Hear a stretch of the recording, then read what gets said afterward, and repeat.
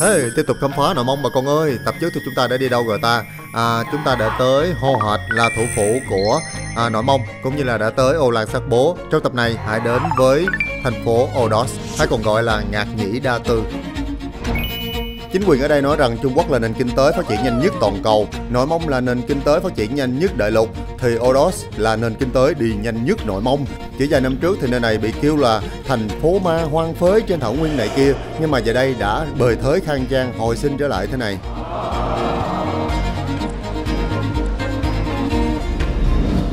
Mà lần này mình tới Ngạc Nhĩ Đa Tư là để đến một nơi chứa linh hồn của một vị bạo chúa, chúa tể của thảo nguyên.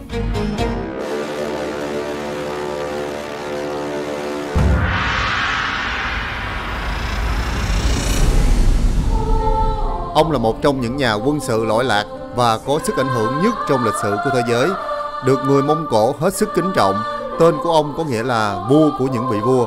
Tên thật của ông là Thiết Mộc Chân, cai quản một đế chế rộng lớn nhất trên thế giới.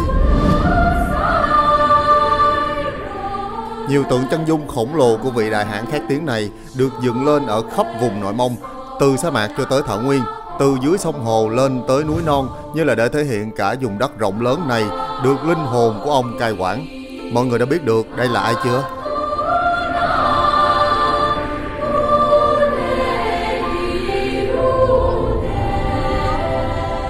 Trong khi cả thế giới còn chưa biết là nơi an nghỉ của lãnh chúa này nằm ở đâu, thì tại thành phố Ngạc Nhĩ Đa Tư của khu tự trị Nội Mông đã xuất hiện một cái lăng tẩm khổng lồ.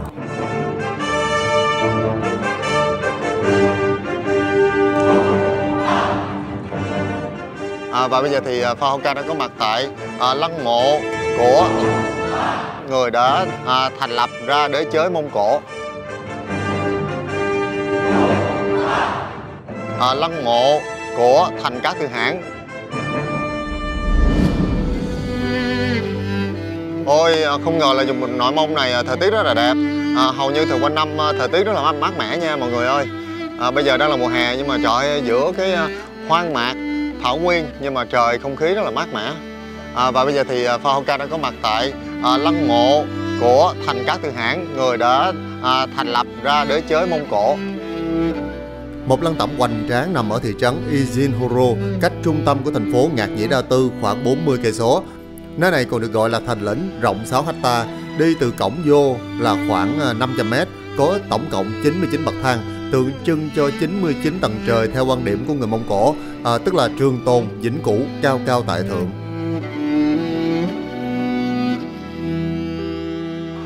Thông thường thì người ta đồn rằng thi hài cũng như là lăng mộ của vị lãnh tụ của đế quốc Mông Cổ rất là nổi tiếng này chưa được tìm thấy.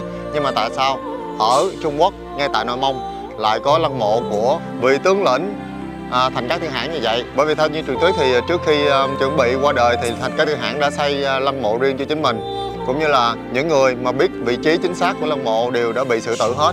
Thậm chí là những con thú hay là người dân đi theo đưa ông về suối vàng cũng bị xử tử. Nhưng mà tại Trung Quốc Nội Mông lại có một cái lăng mộ rất là hoành tráng như thế này. Tại sao? Bây giờ hãy vào trong để tìm hiểu nha. Và đi từ bên ngoài vào thì đầu tiên chúng ta sẽ bắt gặp ngay tượng của Thành Cát Tư Hãn đang ngồi rất là bề thế, rất là oai hùng ở trên một con chiến mã. Wow. Có thể nói thì nhắc về Mông Cổ thì không thể nào mà nhắc tới và nghĩ ngay đến hình tượng của Thành Cát Tư Hãn. Và cháu nội của ông đó chính là Hốt Tất Liệt, chính là người đã sáng lập ra nhà Nguyên và cai trị toàn lãnh thổ của Trung Quốc một thời. Đây là ngọn núi có tên là Khả Hãn Sơn, nằm ở thành phố Hoắc Lâm Quách Lạc. Trên đỉnh núi có hai đại tượng của hai vị khả hãn lừng danh, những chiến binh trên thảo nguyên. Tượng lớn đó chính là của Thành Cát Tư Hãn và tượng nhỏ hơn là Nguyên Thế Tổ Hốt Tất Liệt. Khả hãn hay còn gọi là đại hãn là tước hiệu cao nhất của người Mông Cổ, giống như là hoàng đế vậy đó.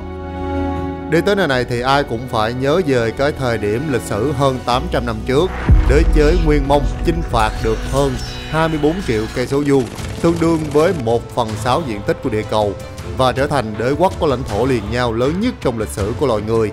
Vào thế kỷ thứ 13, quân Mông Cổ là những người ham chinh phục nhất thế giới.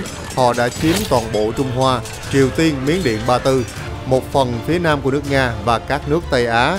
còn vươn đến tận Đông Âu, cai trị nhiều dân tộc hơn cả đế quốc La Mã.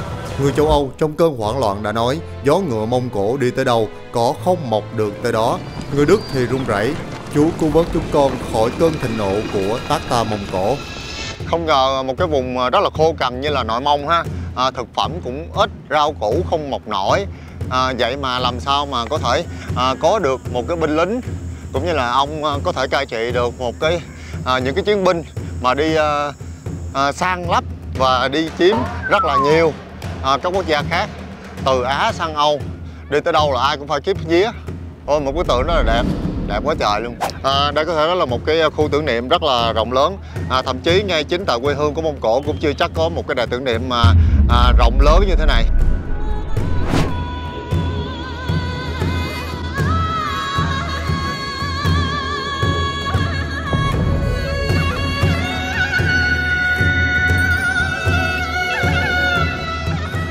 Ai cũng hay nói là đông như quân Mông Nguyên, cho thấy là sức mạnh của họ. Nhưng mà không phải đội quân Thảo Nguyên này luôn bách chiến bách thắng. Họ thất bại khi mà chiếm Nhật Bản và Đông Nam Á. Trong đó quân Mông Nguyên phải 3 lần chào thua Đại Việt vào thời nhà Trần.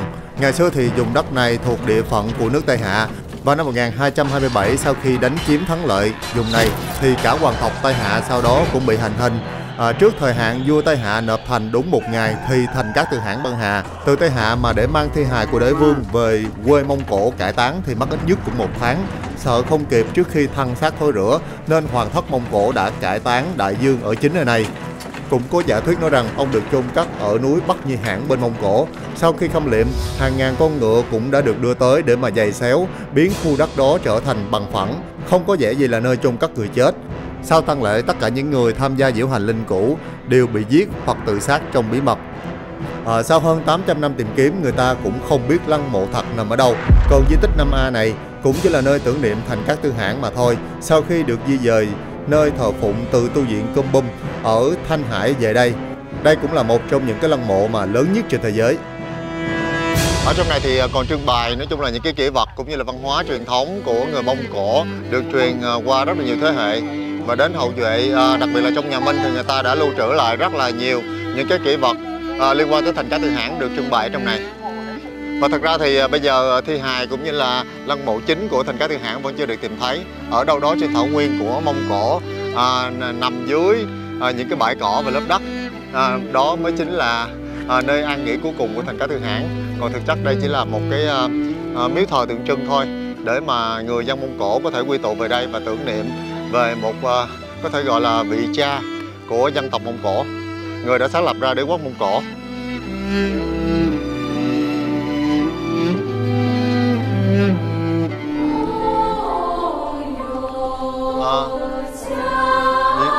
Duyên Duyện rồi đẹp á. Rồi mấy người này là ở bên Mông Cổ qua lặn lội bên này để viếng lăng mộ của Thành Cát Tư Hãn đây.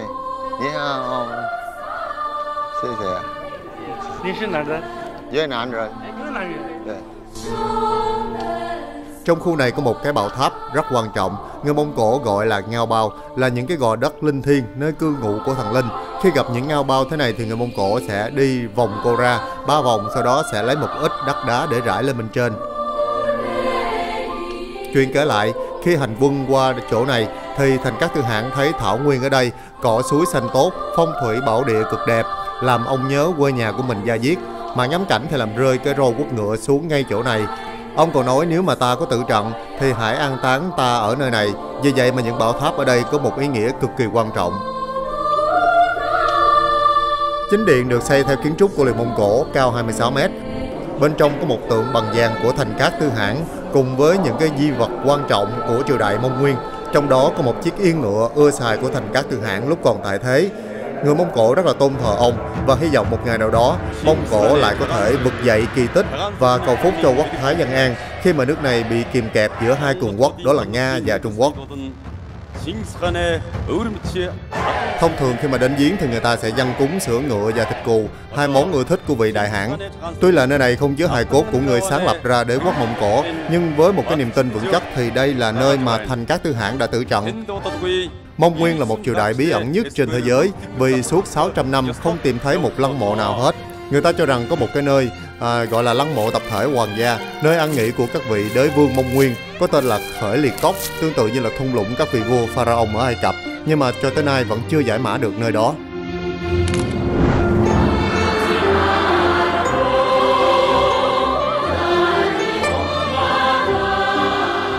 Mỗi năm có một đại lễ tới lăng của thành Cát Tư Hãn vào ngày 21 tháng 3 âm lịch hàng năm, thu hút rất đông người tới viếng thành lĩnh. Nghi thức này chính thức được ban chiếu dưới thời của Nguyên Thế Tổ Hốt Tất Liệt, khi mà ông khuyến khích thần dân của mình tưởng nhớ tổ tiên. Trong lăng còn có một miếu thờ Nhiếp Chính Đà Lôi, tức là con trai út của thành Cát Tư Hãn và là thân phụ của Hốt Tất Liệt. Thành Cát Tư Hãn trong phim Anh Hùng Xạ Điêu là người đã cưu mang Quách Tỉnh trên thảo nguyên, còn Hốt Tất Liệt cũng xuất hiện trong Thần Điêu Hiệp Lữ của nhà văn Kim Dung. Vào những dịp đại lễ thế này không chỉ để tỏ lòng thành kính tổ tiên và với người sáng lập ra đế quốc Mông Cổ, mà còn là để tôn vinh văn hóa trên thảo nguyên. Thành phố Ngạc Nhĩ Đa Tư chính là nơi mà để người Mông Cổ tưởng niệm và trở về nguồn cội. Nếu có dịp đến Nội Mông, mọi người nhớ ghé thành phố Odos để lắng nghe cuộc đời của vị đại hãn lừng danh và chiêm ngưỡng chiến tích của đế quốc Mông Cổ rộng lớn nhất thế giới nha.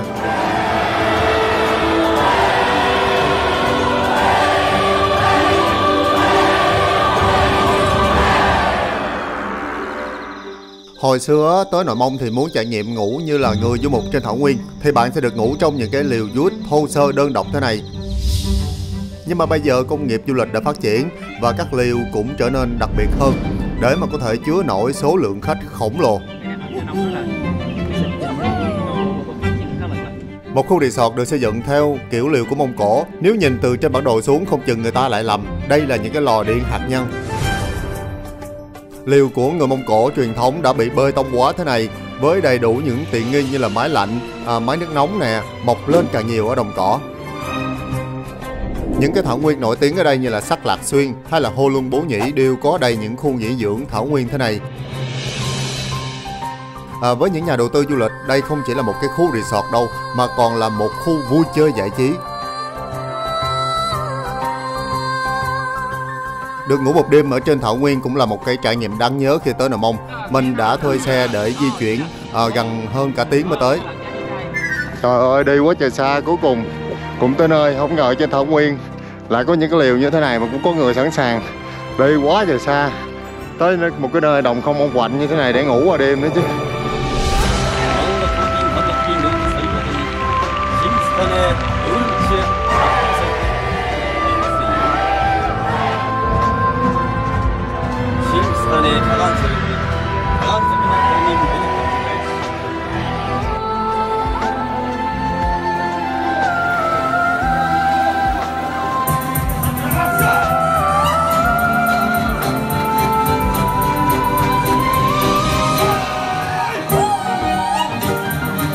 Đúng là một trải nghiệm thú vị trên thảo nguyên ở Nội Mông. Có người bán gì trước khách sạn nữa nè. Bán gì ta? Đậu hạt vậy? Hạt gì vậy? Xí xíu.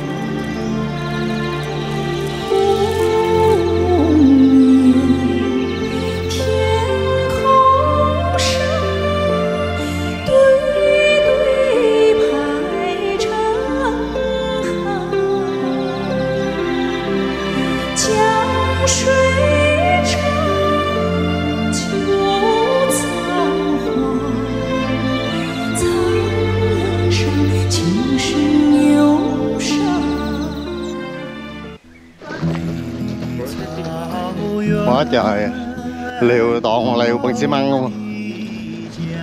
Tưởng nó là liều truyền thống, bây giờ liều bằng xi măng. Cả trăm cái liều, trời quá trời rộng.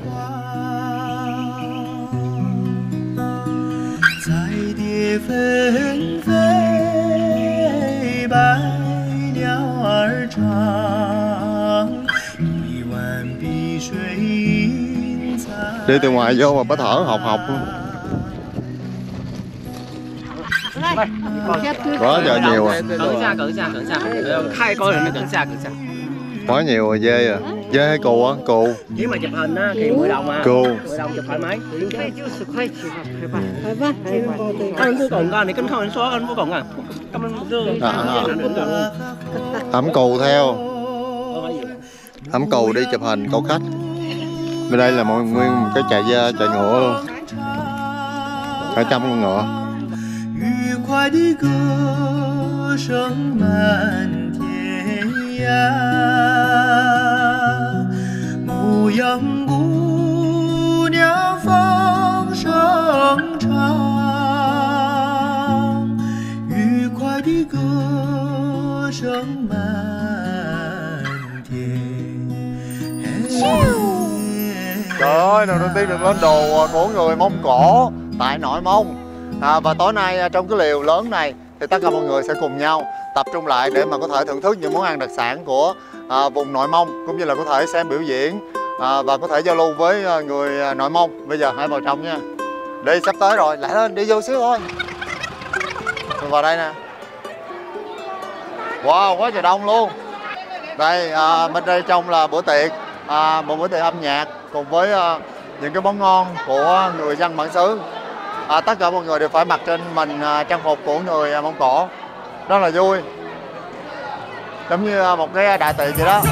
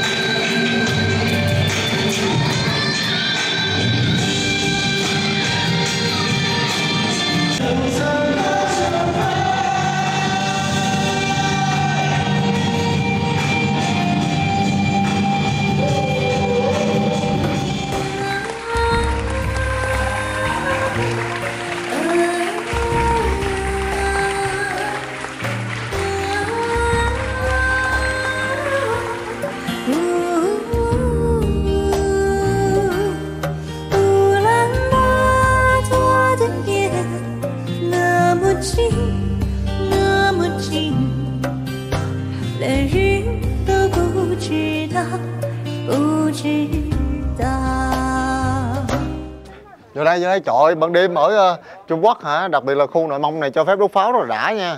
Trời ơi, như cây lựu đạn vậy đó, một cây này 180 tệ nè, là 600-700 ngàn. Khủng chưa? Làm rất là giống như cây canon vậy đó. Đại bác. Nhiều loại pháo đó nha bà con. Nè, Pháo viên đốt đã lắm, bụp trên trời luôn. Nè có pháo sứa nữa nè. Pháo sứa này đẹp lắm nè, bay nó bắn lên cho nó xoay vòng tròn đẹp lắm, giống như miếng sứa bay lên vậy đó. Nè có thùng pháo quá bự ơi. Khủng thiệt trời. Ôi, lũ đảo à. Lâu rồi mới được nghe mùi pháo ở khu vực này, giờ mùi pháo đốt chơi nha. 100 triệu, 100 nè. Ghê quá hả?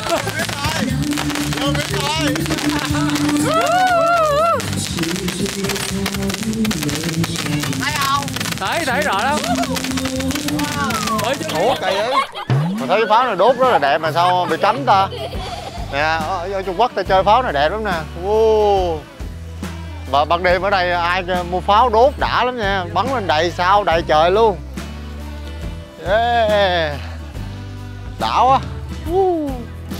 Mà ban đêm ở đây không biết gì chơi ha, có chương trình ca múa nhạc rồi múa lửa, rồi cắm trại, đốt lửa trại, rồi có rất là nhiều nghệ sĩ biểu diễn, rồi nhảy nhót xung quanh đống lửa rồi đốt pháo vậy thôi nè.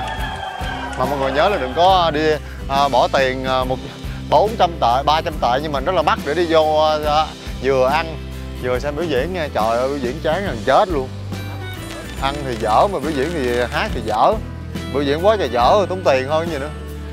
Ở thì ok, trải nghiệm một đêm ở trên Thảo Nguyên rồi sau đó đốt lửa trại rồi chơi pháo bông thôi.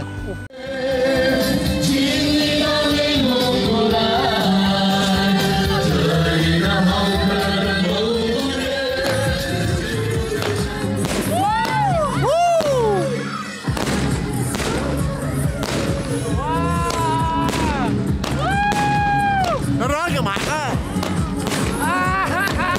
Đốt lâu quá. Trời ơi, lâu rồi mới thấy được con pháo. Pháo đen rồi. Wow. Trời ơi, wow, nổ bụp luôn. Wow. Wow.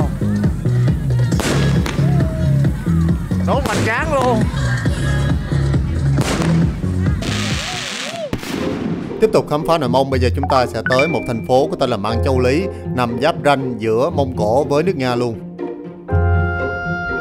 Bây giờ đang vào mùa đông nên lượng khách đi tới thành phố này rất là vắng. Thông thường thì người ta sẽ đến Thảo Nguyên vào mùa hè. Vào mùa đông thì những đồng cỏ đã phủ trắng toát bởi một lớp tuyết dày. Vào những ngày đầu năm thì nhiệt độ ở đây cực kỳ thấp, lạnh không thua kém gì ở Hắc Long Giang. Tới đây thì mọi người sẽ có thể thấy và trải nghiệm những kiến trúc và văn hóa của nước Nga. Anh Rịnh, Việt Nam rồi. Với nè anh lại tàu. Thôi đây là nhà ga sát biên giới với Nga nha. Nhà ga Mãn Châu Ly. Đây. Có taxi về khách sạn.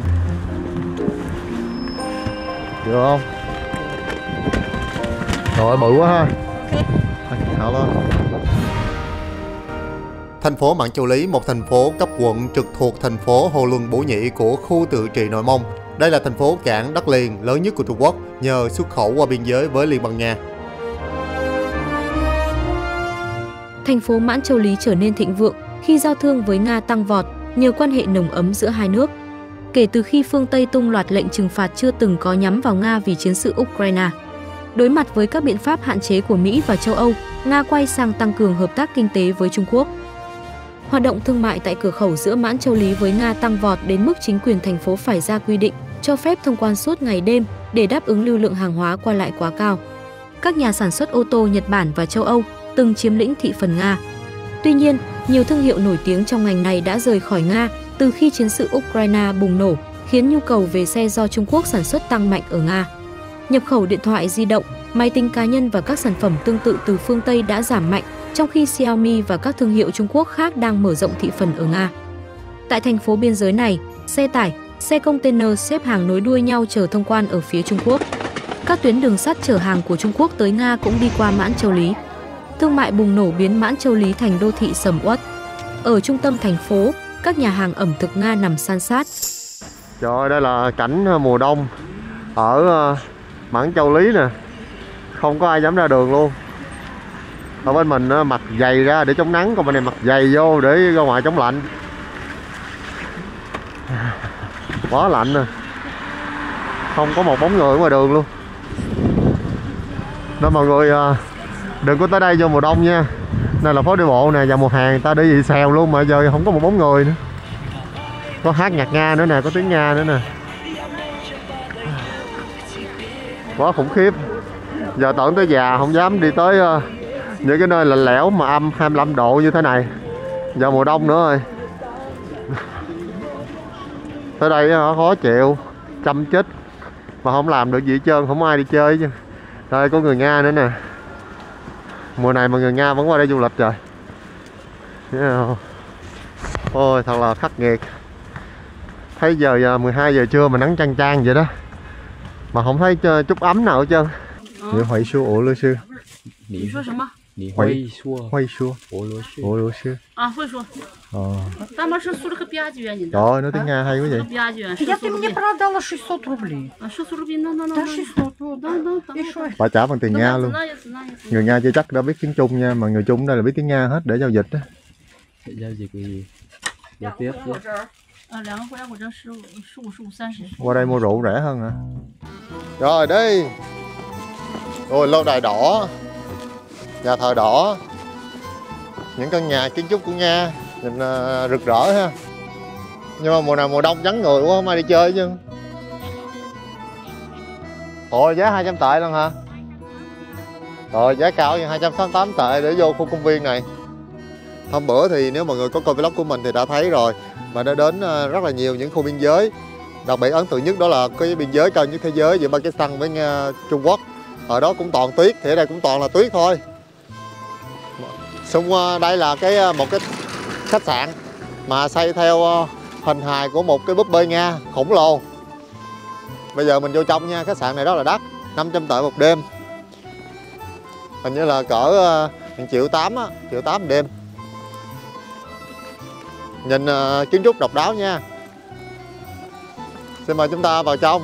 Đây là một cái khu khuôn viên có kiến trúc của Nga. Mọi người thấy hả, biên giới của Trung Quốc với Nga. Nhưng mà ở phần phía bên kia của nước Nga hả, xây dựng không có công trình nào hết trơn á, trống rỗng, toàn là thảo nguyên. Trong khi đó ở bên phía Trung Quốc thì công trình quá trời nhiều luôn. Nói chung là còn đậm chất Nga hơn là ở bên nước Nga nữa.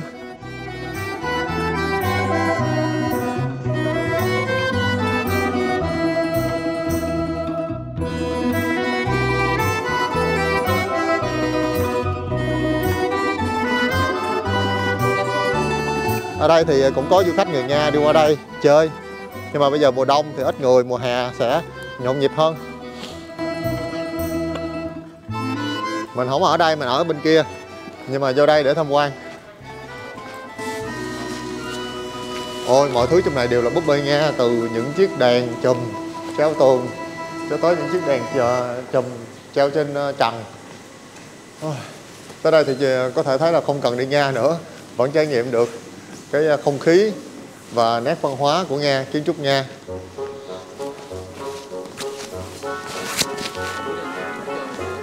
Đây nào chớp.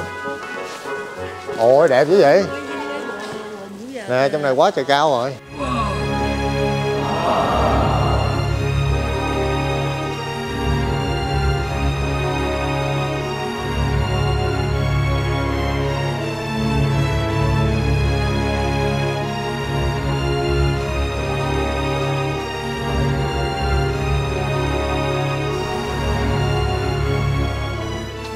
Sàn này đẹp quá ta. Biết gì đặt ở đây ở rồi. Mỗi phòng là một cái hình, cái cửa được thiết kế theo hình búp bê Nga luôn. Đẹp ha. Quá trời hình tục tiệc khỏa thân luôn.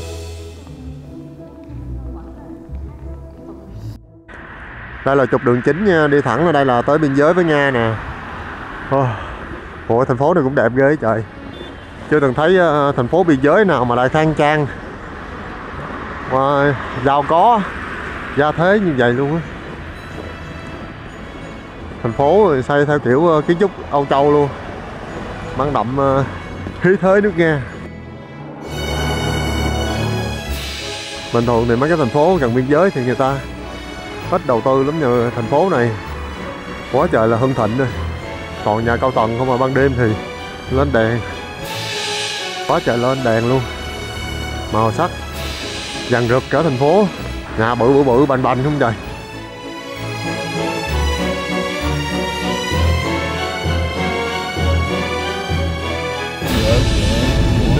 Quốc môn, Trung Quốc quốc môn. Quốc môn á, gọi là quốc môn á. Đây là quốc môn nha. Sao kêu là quốc môn vậy? 对，先在这儿先看看。 Không có ai qua biên giới chứ rồi. Đây là biên giới ở Trung Quốc, còn bên kia là cửa khẩu. Mùa này lạnh quá không ai đi chơi chứ. Thôi tới biên giới giữa Nga với Trung Quốc rồi nha. Đi qua đây là chúng ta sẽ vượt qua Nga rồi, rất là gần. Ở đây có một cái xe bán búp bê Nga. Mà sao không thấy người Nga chứ anh trời. Ồ, thuốc lá hả?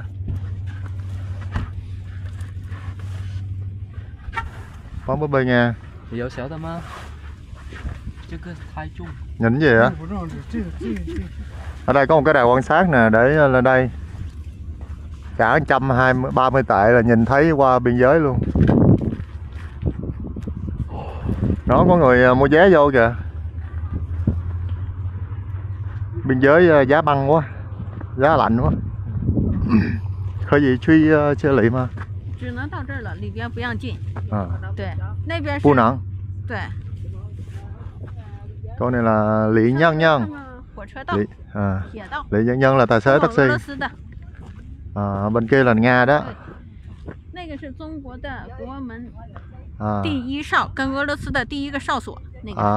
Trung Quốc đi. Ôi, gì đó? Đệ nhất môn. Ôi, dài quá ha. Vậy là của Trung Quốc xây hết cái hàng rào này nè. Giống ông Trump xây vậy đó hả?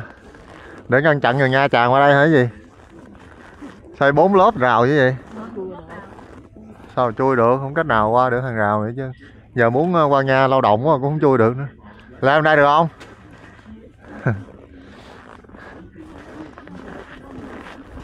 Hàng rào là gì ta? Chờ cơ thua chẳng. Thua chẳng. 一直跟俄罗斯的边界都有，一直都有。 khắp biên giới là đều xây dài luôn á. Bây giờ ở Hà Giang mình Trung Quốc cũng xây dữ lắm luôn á, mấy cái hàng rào này nè. Phan Biên, Việt Nam, cửa Trung Quốc, y Giang. Việt Nam cũng có. Ôi, cái cửa, nhìn qua đây thấy nước Nga hả? Đi qua khỏi cái cửa khẩu này là qua Nga nè. Bên kia thấy chữ Nga kìa, cửa khẩu Nga bên đó kìa. 对，写着这个，这里边那个，这个就是俄罗斯国门。 Cái chữ Nga thì nhỏ. 这个里边那个，这个 cọc Nga nhỏ hơn cổng Trung Quốc rồi. Nhà hàng này có chương trình biểu diễn người Nga. Rồi mọi người vô trong. Vô lấy chút không khí ấm thôi. Lạnh quá. Xin chào lại gì quên rồi. Thơm quá. Quay ra luôn. Thơm bánh quá vậy.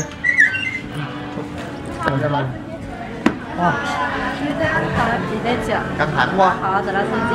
Quá trời lạnh. Buổi tối Mãn Châu Lỵ thì chúng ta hãy đến nhà hàng thưởng thức đặc sản của nước Nga. Trời ơi, đồ Tây không à, thịt bò, thịt gà, toàn là barbecue không. Ở đây có những cô gái Nga xinh đẹp trong vũ điệu của Nga, những tiếng hát của nước Nga nữa. Rồi đợi chút xíu nữa sẽ có biểu diễn. Vô.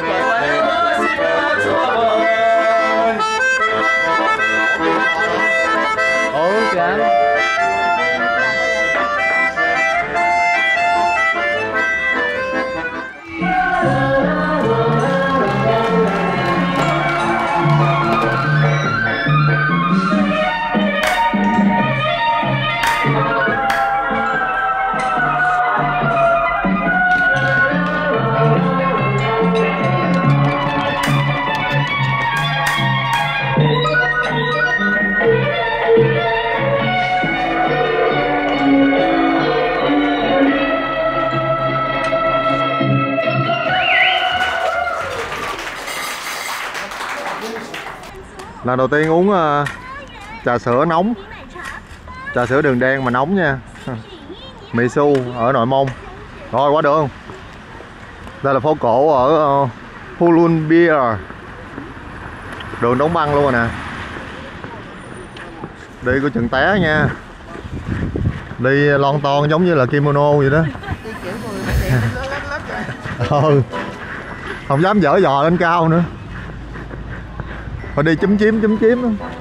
Nãy giờ mấy người té bạch bạch rồi. Không dám dở cái giò cao lên.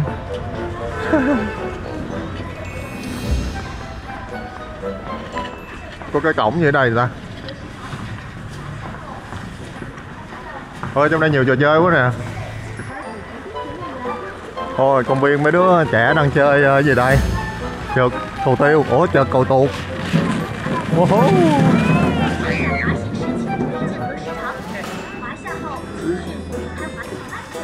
Đúng là mùa đông cũng có cái vui của mùa đông. Đã lạnh mà đứng chơi mấy cái băng này quéo chưa. Gì mà la dữ vậy trời. Quá giá rác rồi. Ô cổng của cái phố cổ là làm bằng băng luôn nè. Vô trong. Lạnh dữ rồi trời. Giá rác quá. Nè, điêu khắc băng ngoài đường mà không trải luôn nè. Ở Nội Mông mà có một cái khu phố giống ở Đại Lục Trung Nguyên như trời. Võ trai Hulun Pier. Chào mừng mọi người đến với Hulun Pier. Hulun Pier là một cái thành phố rất là giáp với rất là gần Nga. Gần Nga với sát Mông Cổ. Đây là phố cổ nha. Ở đây có tạo cảnh một vài những cái gọi là ta đang làm tuyết nè. Đường đóng băng nên phải đập tuyết ra để đỡ trên. Quá trời ồn rồi. Ô đặc biệt chưa? Một cái nhà là bằng băng. Nhà băng nào mọi người ơi. Mời mọi người vô trong nhà băng nha. Ồ, nhà băng trồng gió luôn là rất là khéo.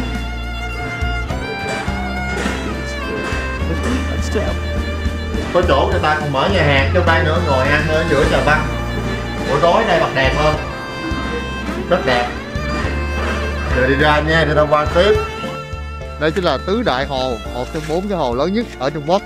Đây là hồ Hôn Luân ở Nội Mông. Ở bên kia biên giới đó chính là hồ Baikal, là hồ nước ngọt lớn nhất trên thế giới. Thì ở phía Trung Quốc cũng có hồ rất là lớn mọi người thấy nè. Không thấy bến bờ đâu luôn. Đứng ở đây mà mặt mày đóng băng hết trơn rồi nè. Nhiệt độ bây giờ là âm 25 độ C.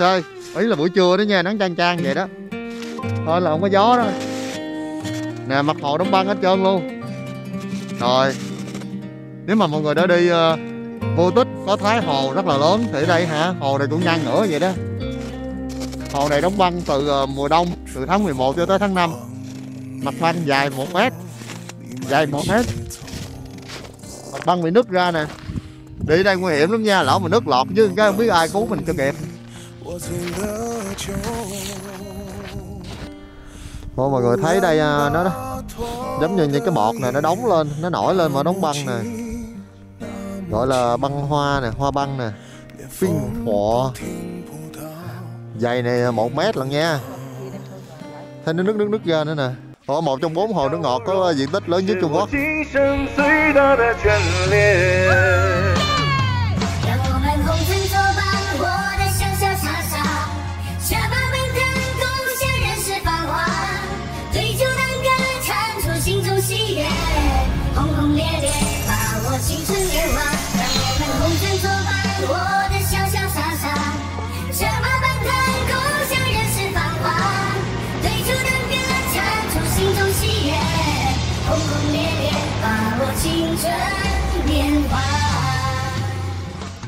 Ở đây người ta hay tổ chức cái lễ hội đánh bắt cá, người ta khoan cái lỗ như nè, cái xúm nhau kéo lưới lên, bắt được dính cá nhiều lắm.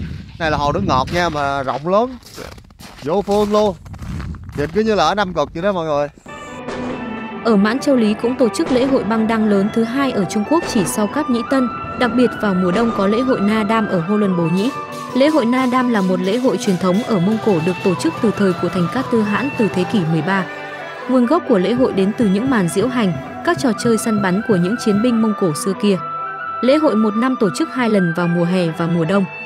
Đây là lễ hội lớn nhất tại Nội Mông, được tổ chức ở hầu như khắp thảo nguyên. Các trò chơi được thi đấu trong lễ hội này là đấu vật Mông Cổ, đua ngựa và bắn cung. Các thí sinh sẽ phải mặc trang phục truyền thống của Mông Cổ. Trước mỗi cuộc thi có một đoàn kỵ binh diễu hành, ngoài ra còn có các hoạt động nhảy múa, uống rượu.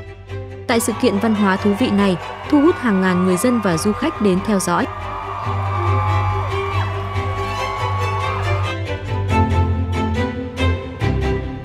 Ủa sao có Việt Nam đây là này ca? Nè, cái Việt Nam này ca. Khác biệt giữa Nội Mông Cổ và Mông Cổ, khu tự trị, quốc gia độc lập, thủ phủ Hô Hót, thủ đô là Ulaanbaatar, diện tích 1.183.000 km2, diện tích 1.566.000 km2. Dân số 25 triệu người, dân số 3 triệu người. GDP 261,3 tỷ đô la Mỹ, GDP 41,1 tỷ đô la Mỹ. Người Hán 85% dân số, người Khan Kha chiếm 90% dân số. Nội Mông sử dụng tiếng quan thoại, Mông Cổ nói tiếng Khan Kha. Những điều huyền bí ở Nội Mông. Tại Nội Mông người ta phát hiện ra số lượng lớn hóa thạch khủng long từ thời phấn trắng. Ở đây còn lập nên một cái khu công viên giống như là phim Kỷ Jura vậy đó. Người ta vẫn chưa biết vì sao có nhiều khủng long như vậy ở Nội Mông, hay là chúng thích ăn cỏ nên tập trung về đây. Vị trí lăng mộ hoàng gia của các hoàng đế nhà Nguyên, bao gồm cả nơi an nghỉ của thành Cát Tư Hãn, nằm ở đâu? Nơi đó theo nguyên sử ghi chép lại có tên là Khởi Liệt Cốc. Vậy vì sao suốt 700 năm qua người ta chưa tìm thấy bất kỳ lăng mộ nào của những người cai trị đế quốc Mông và Nguyên? Bí ẩn tiếng gió ngựa vào ban đêm. Những người chăn gia súc ở Nội Mông hay là các du khách qua đêm trên thảo nguyên kể là họ ban đêm hay nghe thấy tiếng gió ngựa với số lượng rất là lớn chạy dồn dập. Điều này rất kỳ lạ vì ban đêm đàn ngựa nuôi đều được nhốt ở trong chuồng. Hơn nữa thì họ còn nghe tiếng len keng giống như là binh khí vậy. Phải chăng đó là đội quân khuất mày khuất mặt của thành Cát Tư Hãn, giống như là đội quân Đắc Nung của Tần Thủy Hoàng? Trên thảo nguyên Nội Mông, các nhà khảo cổ đã phát hiện ra nhiều tàn tích của các thành lũy có niên đại từ vài ngàn năm trước. Vậy thì đó là những triều đại nào và ai đã cai trị cũng như là sinh sống trong những cung điện thế này?